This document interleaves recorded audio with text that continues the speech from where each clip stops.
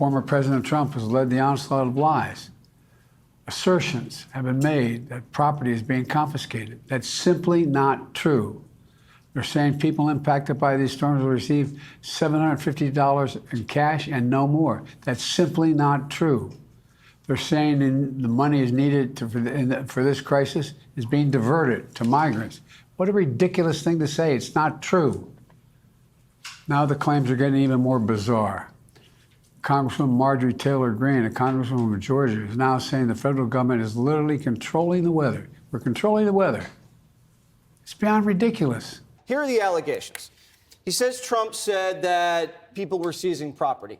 We looked. Trump never said that. They said that Trump said that people weren't going to get any more than $750.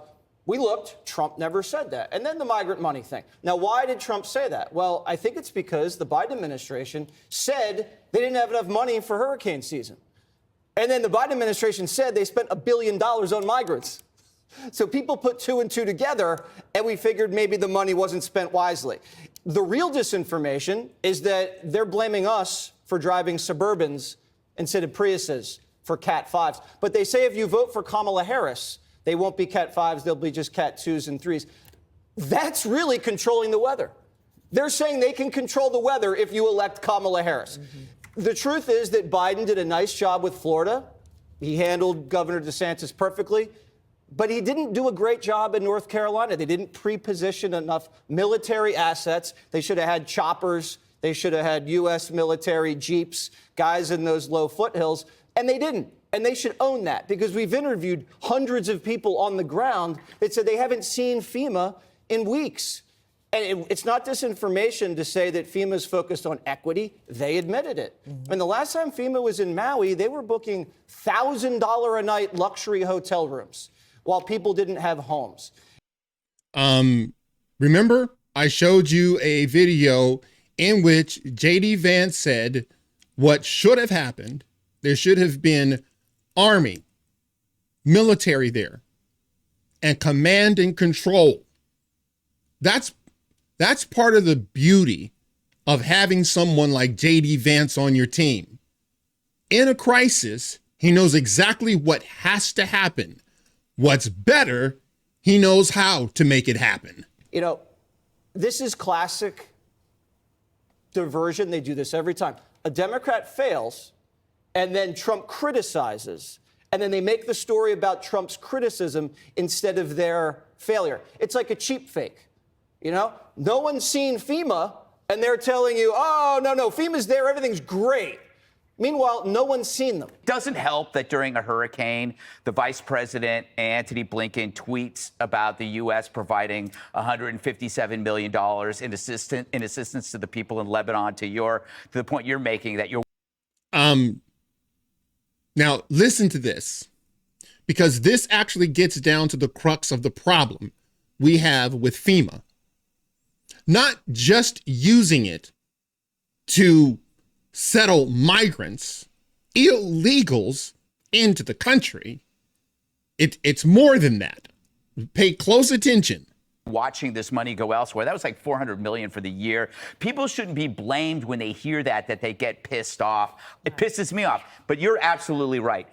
When they say $750 is a minimum and you can apply for more, that assumes residents will have the ability to file the paperwork, to get more. Most won't have that ability. Now, compare that to the migrant funds. There's almost no bureaucratic red tape. Yep. We know it. We saw it in New York City. The time between the border and a hotel room with a debit card is zero. Yep. They get on a bus, they're here, they got food, they complain about the food, they get hotel rooms, they party. It's like, it just happens. And you have to wonder, it's like, why do Americans have to wait in line for the stuff they pay for? And people can come here and just get it, cut in line, claim asylum, and they get it. That's the problem. Okay? They send $100 million to Lebanon and no red tape. How did you do it without Congress? You just sent them the money. The same with migrants. They get here, bam, You get a hotel room. No questions asked. Bam! You get a credit card. And don't worry, we're going to fill it with cash. The second you get here, you won't have to fill out anything. So yeah, people are ticked. And for good reason. Now, there was something that was said in this segment, and many of you probably thought, oh, well, that's ridiculous. Why is anyone even paying attention to that? And that was Marjorie Taylor Greene saying that, well, the government's controlling the weather. Now, that sounds fantastical. Sounds ridiculous. What do you mean we're controlling the weather? I've never heard of anything like that. Well, turns out I've heard of it. And turns out I have some receipts. Now, before I get to that, hang on a second. Take a look at this. This is Peter Doocy giving you a receipt. Peter Doocy here, outside the West Wing of the White House, where this week, one of my questions about foreign aid versus hurricane relief was called misinformation. President Biden is fond of saying, show me your budget and I will tell you what you value. If he's got money for people in Lebanon right now, without Congress having to come back, what does it say about his values? There's not enough money right now for His people values, in North Carolina who his- need it. That's not misinformation. Wait, no, that is your whole premise of the question is misinformation, sir. What you do? Excuse me? Yes, Which it's part? misinformation. I've got the information right here. The vice president is posting on social media about $157 million in additional assistance to the people of Lebanon. President Biden is posting about how the Small Business Administration's disaster loan program is going to run out of funding if Congress does not come back. To a lot of people watching these briefings, a taxpayer dollar is a taxpayer dollar is a taxpayer dollar. That is not misinformation. That is a fact. Now, the problem is, why does Lebanon get $150 million, but you gotta go through hurdles and jump through firing hoops to get $700 out of this government? By the way, the $100 million that goes to Lebanon, by the way, that came from you. Okay, it's not like, Biden and Kamala are dipping into their wallet. That came directly from you. Now, this issue of controlling the weather, that sounds ridiculous. Okay. But then can you explain this? Could this little trailer help save the drought-stricken West by bringing more rain and snow to the region? That's what these engineers think. They've parked the trailer up here in the mountains of Colorado in hopes of changing the weather. And there's dozens of them just like this in use right now. It might all sound like science fiction, but it's a weather modification technique called cloud seeding, and it was first done successfully as early as the 1940s. In Colorado, some ski towns were cloud seeding as far back as the 70s. And it's also been used around the globe. China's cloud seeding program reportedly had a plan to make clouds rain before they had a chance to float over the Beijing Olympic Stadium. You can find cloud seeding from California to North Dakota. But how does cloud seeding work? To learn more, I've come to Colorado to see how seeding works up close and personal. The night before I arrived, the clouds above me were seeded. We are approaching the location of our cloud seeding generator. Scott Griebling is a water resources engineer for the local Water Conservancy District. The locations chosen for these sites have the right elevation and can reach the perfect clouds. Our district has come to the conclusion that cloud seeding and weather modification is a very safe and very cost-effective way of increasing local water supplies. So how do you seed a cloud? Hey, welcome to our remote generator. Garrett Kamens is president of a cloud seeding company that operates hundreds of cloud seeding sites. And it sounds like you're terraforming or completely changing the climate of an area, but that's not how it works. Since clouds are basically water vapor, the idea is to release particles into the clouds that will attract water, making it easier for water droplets or snowflakes to form. They get heavier and eventually fall to Earth instead of staying in the sky. This Colorado team uses a solution with a chemical called silver iodide, which, when burned, splits into billions of particles per gram. Ice is the perfect seeder. Clouds seed themselves with ice crystals. Silver iodide is really the closest and similar structure as ice, so that's why we're using silver iodide. Here, Cammons activates the flame. It contains a silver iodide solution mixed with propane. A series of tanks and regulators manage the pressure and exact flow rate of the silver iodide solution. A typical storm system will only drop about 10% of its moisture. We're hoping that the storm system will drop 10.5 to 11.5% of its moisture. Okay, but does cloud seeding actually work?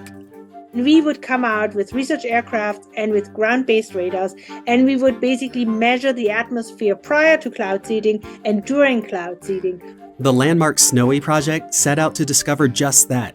It took a pretty clever approach. A plane flying back and forth dropped chemicals into the clouds. When the team studied the resulting precipitation, they found it had snowed in a zigzag pattern, matching the path of the seeding agent's flow. Could it have all just been a fluke? We were in shock or in disbelief, and then of course we were saying, okay, we saw it one day, can we repeat it? They did the same experiment several more times.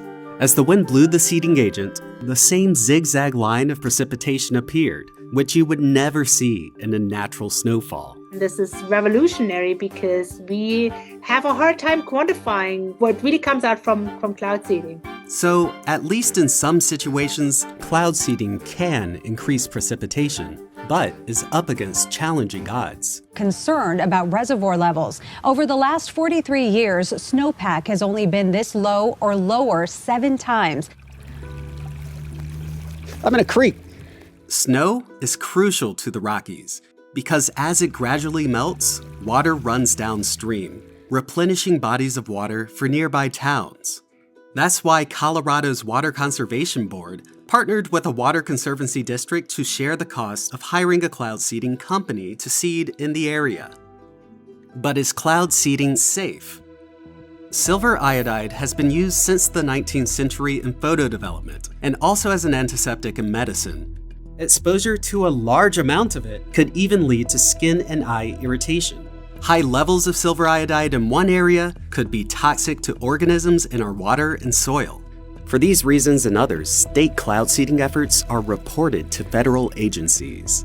And we want to be conscious, we don't really want to put a lot of silver into the atmosphere.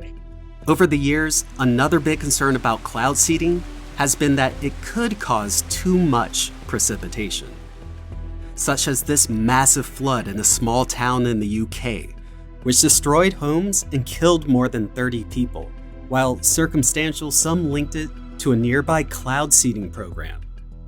Cloud seeding programs actually have to play by the rules. As soon as they have a certain snow depth, they stop seeding in order to prevent floods.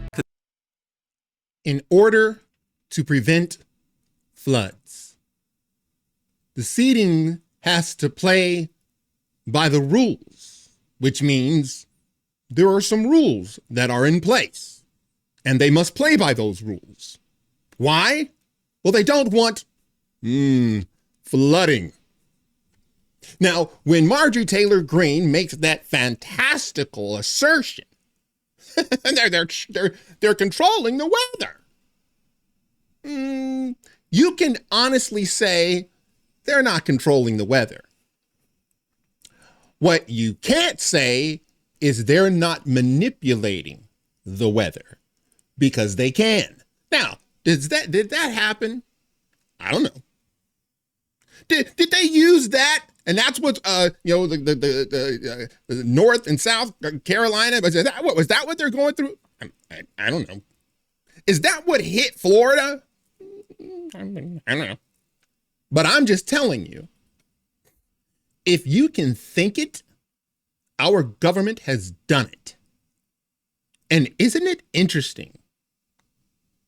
I wonder what happens with all of these people that are kind of, I don't know, going to be difficult to vote. Well, hey,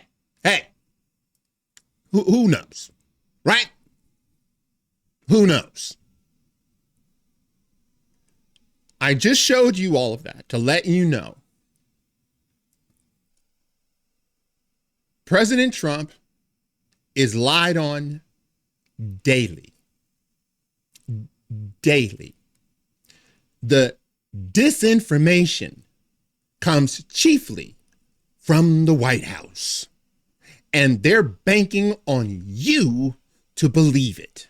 I just showed you how you can absolutely manipulate the weather. But I'm sure a group like, I don't know, the CIA would never use it for diabolical purposes. Of course not, because they use their knowledge for niceness instead of evil. All right, that's it for now. If you like this video, smash that like button and subscribe. And if you're following me on Rumble, please press that follow button. And until the next time, God bless.